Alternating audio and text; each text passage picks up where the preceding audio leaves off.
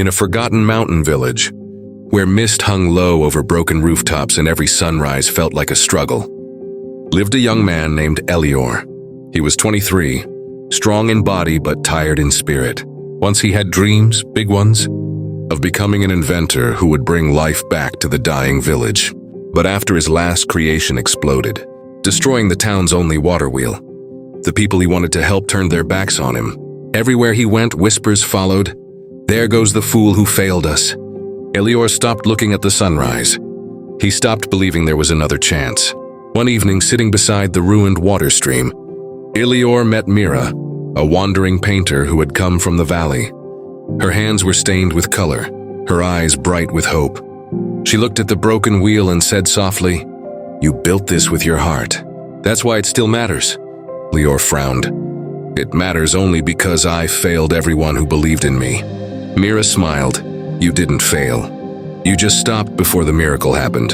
Those words echoed in him long after she left. Days passed. Then one night, a storm struck the village, fierce winds tearing through wood and stone. The old roofs collapsed, the stream overflowed. Elior watched in silence until he saw something.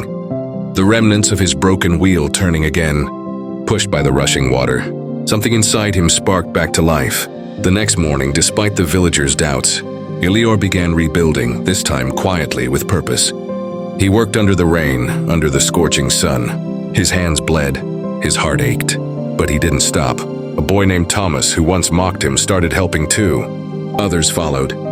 The same people who had once called him a failure were now holding tools beside him. Weeks later, the wheel stood tall again, stronger, smoother and more powerful than before. As the water flowed and turned the blades, the entire village lit up. Lamps flickered, houses glowed, and the sound of joy filled the valley. Mira returned, watching from a distance. Elior walked up to her, dirt on his face, pride in his eyes. "You were right," he said. She smiled gently. "No," she whispered. "You were. You just needed to believe again." That night, under the glow of 100 lanterns, Elior looked at his hands. The same hands that once built failure now carried hope. Sometimes life doesn't destroy us when we fall. It only waits to see if we'll rise again.